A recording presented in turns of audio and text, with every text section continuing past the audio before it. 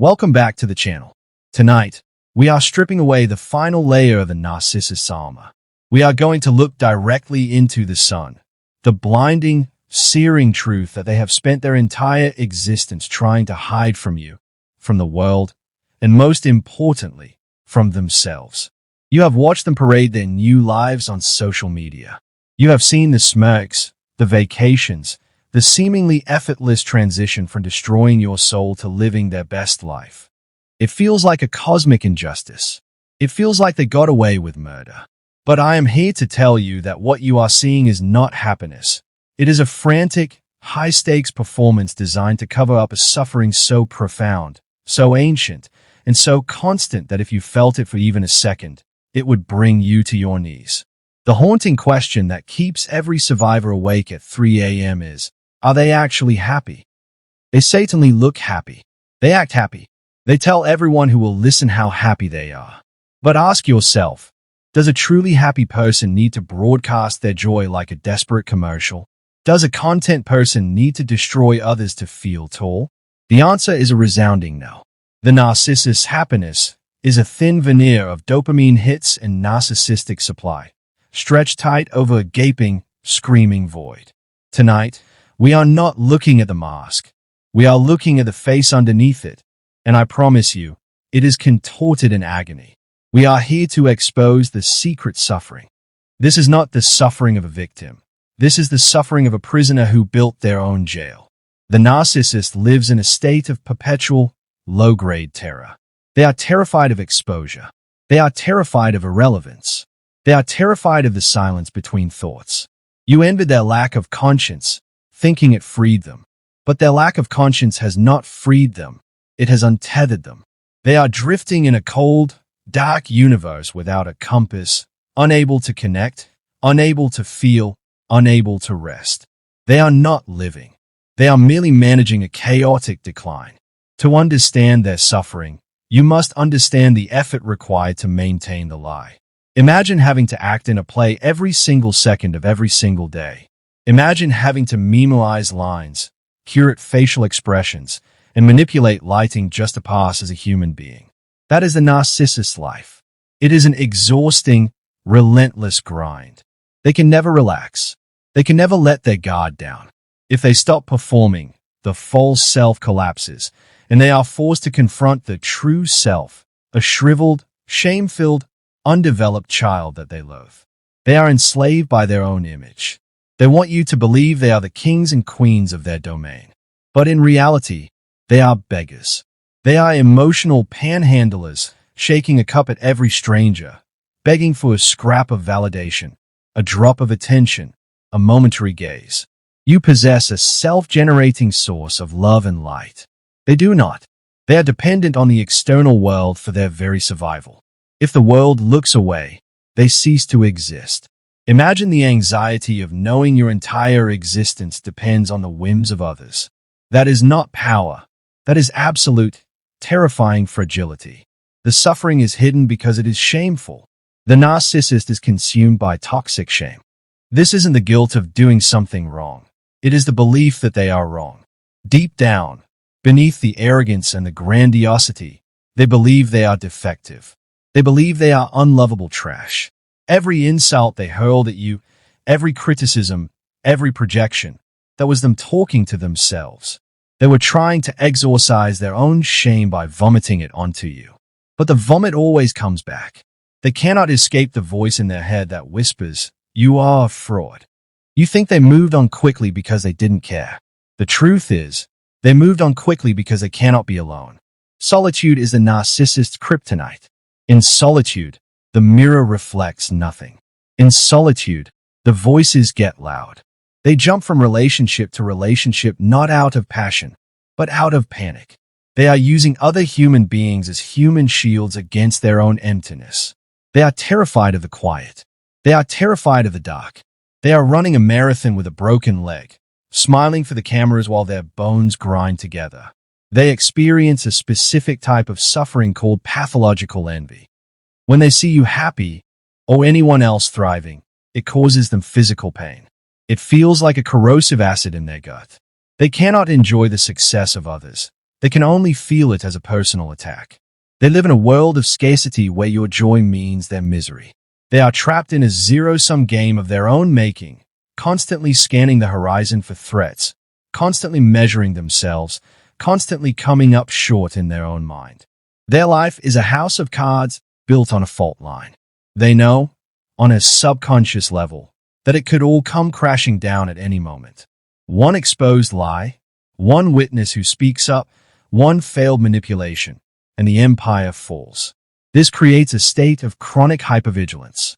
Their nervous system is fried. They are flooded with cortisol. They are not calm. They are dissociated. There is a difference. They are numb because if they actually felt the anxiety coursing through their veins, their heart would stop. As we open this dossier tonight, I want you to put down your envy. I want you to put down your sense of injustice. You are about to see the autopsy of a soul that committed suicide a long time ago. They are walking dead, consuming the living to simulate life. You are the survivor. They are the tragedy. Let's step inside their nightmare. We must dissect the concept of the void. The narcissist does not have a core identity. They have a false self constructed of reactions, defenses, and stolen traits. Inside, there is a vacuum. This void is not peaceful emptiness. It is a hungry, sucking black hole. It demands constant feeding. No amount of money, sex, power, or adoration can fill it. They are pouring water into a bucket with no bottom. The suffering comes from the realization that they will never, ever be full. They are the hungry ghosts of Buddhist mythology, insatiable, desperate, and eternally starving. They suffer from emotional anesthesia. You felt the pain of the breakup because you are alive. You felt the grief because you loved. The narcissist feels nothing, or rather, they feel a dull, gray agitation. They are cut off from the spectrum of human emotion. They cannot feel joy, or gratitude, or intimacy. They are watching the movie of life in black and white while everyone else sees it in color. They mimic the emotions they see, but they are aliens on their own planet, forever observing a party they cannot truly join. The paranoia consumes them. Because they are liars, they assume everyone else is lying. Because they are manipulators, they assume everyone is plotting against them. They live in a hostile universe. They trust no one, not their spouse, not their children, not their friends. Imagine the isolation of believing that every handshake is a trap and every smile is a deceit. They are locked in a bunker of their own mind, armed against enemies that do not exist, waiting for a betrayal that is inevitable because they will cause it. They are slaves to supply. We talk about supply like it's a game, but for them, it is heroin. They are addicts. Their entire day is structured around getting a fix. If the bartender doesn't smile, they spiral. If the text isn't answered, they rage. They are puppets on strings pulled by everyone around them. They have zero autonomy. Their mood is dictated by external validation. If the applause stops, they die. They are dancing as fast as they can, terrified that the music will end. They experience narcissistic injury daily. Because their ego is an inflated balloon, the slightest pinprick causes a catastrophic explosion. A look, a tone of voice, a traffic jam. Anything can shatter their fragile reality. They live in a state of constant defensiveness. They are walking on eggshells around themselves. They have to mentally rewrite reality every hour just to avoid the crushing weight of their own inadequacy. It is a full-time job with no vacation. The cognitive dissonance is deafening. To maintain the delusion that they are perfect, they have to deny the reality of their failures. They have to gaslight themselves. They have to forget the abuse they committed. They have to twist logic until it snaps. This mental gymnastics is exhausting. It fragments their mind. They are losing their grip on reality because the truth is constantly trying to break in, and they have to hold the door shut with all their might. They are haunted by imposter syndrome. Deep down, they know they are faking it. They know they are not the genius, the saint, or the victim they pretend to be. They live in terror of being found out. Every interaction is a risk. Every new person is a potential detective. They are waiting for the moment the mask slips and the world points and laughs. This fear drives their rage. They attack you to stop you from seeing the trembling child behind the curtain. They suffer from future faking disappointment. They believe their own lies about the future. They think the next partner, the next job, the next city will finally fix them. But wherever they go, there they are. The disappointment is crushing. They reach the mountaintop only to find it is just as empty as the valley. They are running on a treadmill of hope, chasing a carrot that is glued to their own forehead. They will never catch it. The shadow self is rotting. We all have a shadow, but we integrate it. The narcissist represses it. But that which is repressed does not die. It festers. Their shadow is growing, becoming more toxic, more twisted.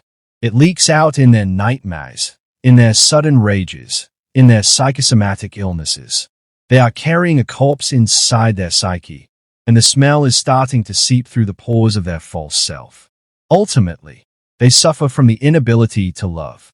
This sounds poetic, but it is a biological tragedy. We are wired for connection. We are mammals. To be unable to love is to be severed from the species. They know something is missing. They see you looking at your children or your partner with a light in your eyes, and they know they don't have that hardware. They are robots trying to understand poetry, frustrated by their own limitations, angry at the code that built them. The turning point in their suffering usually comes with aging. Narcissism is a young person's game. It relies on looks, energy, and the ability to charm. As the narcissist ages, the weapon blunts. The looks fade. The charm becomes creepy. The energy to maintain the mask depletes. They look in the mirror and see the decay. For a somatic narcissist, this is the end of the world. They are watching their power source evaporate, leaving them defenseless against the void. They experience the collapse of supply lines. As they get older, people get wiser. The friends who tolerated their drama in their 20s are gone. The partners who bought their lies are now survivors who have blocked them. The pool of victims shrinks. They have to work harder for lower quality supply. They are dumpster diving for attention. They become the bitter old person at the bar, telling stories of past glory to anyone who will listen, while the room slowly empties. The discard comes for them. Eventually, life discards the narcissist. Their children go no contact. Their spouses leave. Their career stalls because their arrogance alienated everyone. They end up alone. But this is not the solitude of a monk. It is the isolation of a leper. They sit in their empty house, surrounded by the echoes of the people they drove away, furious at the injustice, unable to see that they are the architect of their own exile. The rage calcifies into bitterness. The explosive rage of their youth turns into a simmering, toxic stew of resentment. They hate the world. They hate the youth. They hate the happy. This bitterness etches itself onto their face. The narcissistic scowl becomes permanent. They become physically repulsive, radiating a dark energy that makes children cry and animals run away. They are trapped in a body that has become a monument to their hate. They are hit with retroactive regret, but not the kind you think. They don't regret hurting you. They regret losing your utility. They realize that you were the best appliance they ever owned. You made them look good. You managed their life. Now, they are drowning in chaos. They miss your function. They suffer the inconvenience of your absence. They are angry that they broke their favorite toy and now have to play with inferior replacements. The smear campaigns stop working. In the past, they could manipulate the narrative. But the truth has a way of rising. People start comparing notes. The inconsistencies pile up. The narcissist realizes they are losing control of the story. The audience is booing. The shame of public exposure is their worst nightmare coming true. They retreat further into their delusion, creating a bunker mentality where it is me against the world. They face health crises alone. The body keeps the score. Years of high cortisol, rage, and toxic living take their toll. When they get sick, there's no one there to hold their hand. There's no one to bring them soup. They are at the mercy of paid caregivers who do not love them. They realize, in the cold, sterile light of a hospital room, that money cannot buy devotion. They are dying as they lived, clinically detached and profoundly alone. They attempt hoovering out of desperation, not power. In the past, the hoover was a game. Now, it is a survival instinct. They reach out to exes from 20 years ago, fishing for a bite. When they are ignored, the injury is catastrophic. It confirms their irrelevance. Each unanswered text is a nail in the coffin of their grandiosity. They are shouting into the canyon, and not even an echo returns. The fantasy breaks. There comes a moment, often late at night, where the delusion cracks. They see their life for what it is, a wasteland. They see the trail of wreckage. For a split second, the horror of their own nature washes over them. This is the narcissistic collapse. It is a psychological implosion. They fall into a deep, vegetative depression. They stop bathing. They stop eating.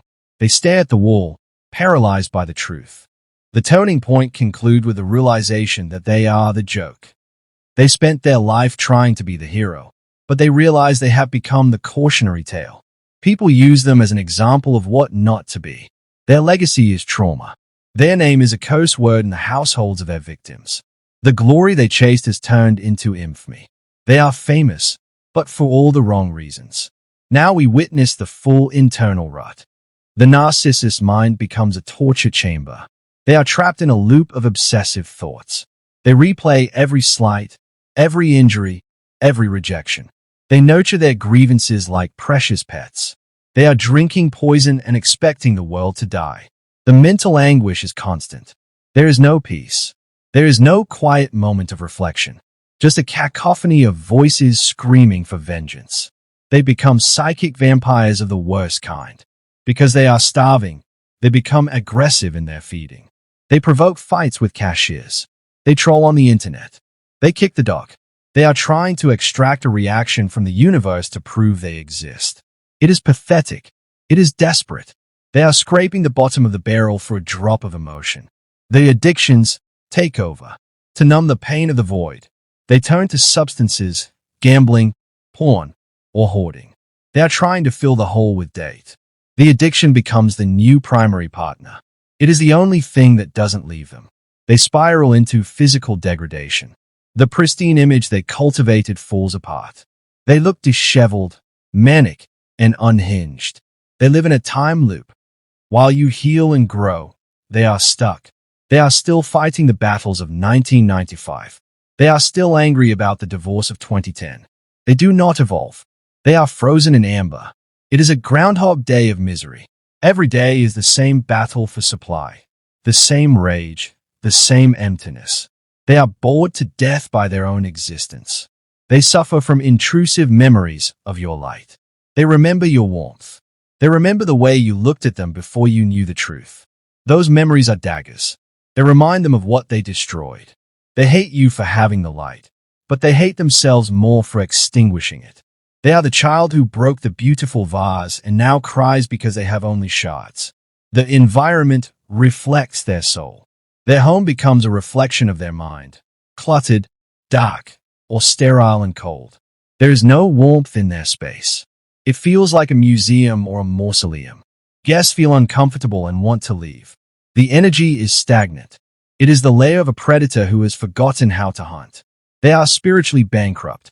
They have sold their soul for temporary power, and now the bill is due. They feel a deep, existential dread about death. They are terrified of the end because they know there is nothing waiting for them but oblivion.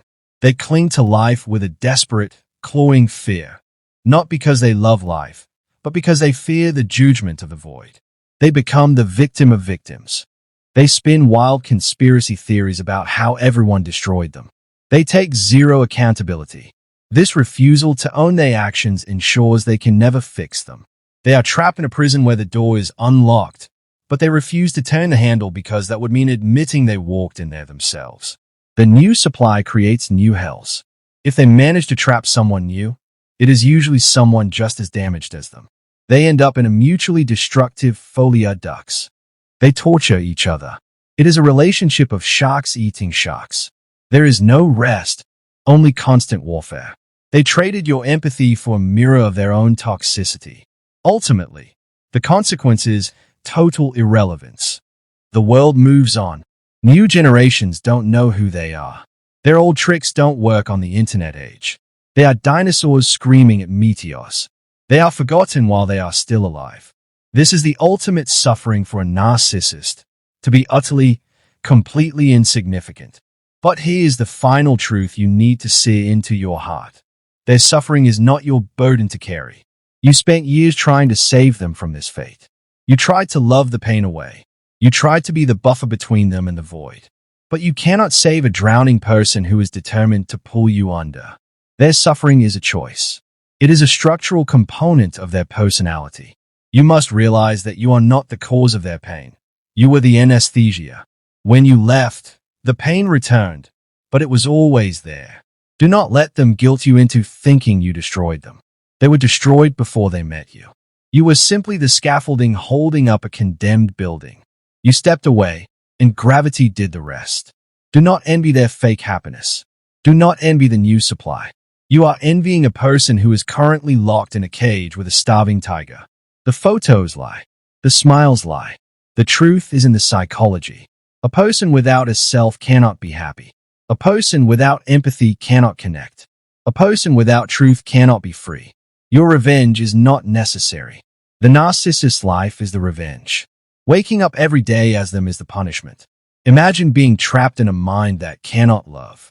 Imagine being trapped in a cycle of envy and rage. Imagine the exhaustion of the mask. You don't need to do anything. They are doing it to themselves every minute of every day. Your healing is the ultimate rebellion. By being happy, whole, and authentic, you are defying their worldview. You are proving that light exists. You are proving that healing is possible. You are the living evidence that they failed to break you. Your joy is a beacon that shines too bright for their dark eyes to tolerate. Release the need for justice. The justice is already happening. It is happening in the silence of their empty house. It is happening in the coldness of their hospital bed. It is happening in the void of their soul. The universe balances the scales in ways we cannot always see, but the balance is real. The debt is being paid. Walk away and don't look back at the explosion. You are the hero of this movie, not the victim. The hero doesn't watch the villain suffer. The hero walks into the sunset to live their life. Leave them to their demons. They are old friends. Let them keep each other company. Take a deep breath. Feel the peace in your chest. That peace is something they will never, ever know. That peace is your prize. Guard it. Nurture it. It is worth more than all their fake gold combined. You are free. The monster was just a shadow puppet on the wall. You turned on the lights, and the monster disappeared. You are safe now. You are whole. You are done. Thank you for watching. If this video helped you see the truth behind the mask, hit the like button and subscribe. Share this with a survivor who needs to know they aren't missing out on anything. The narcissist is suffering so you don't have to. Keep shining. I'll see you in the next one.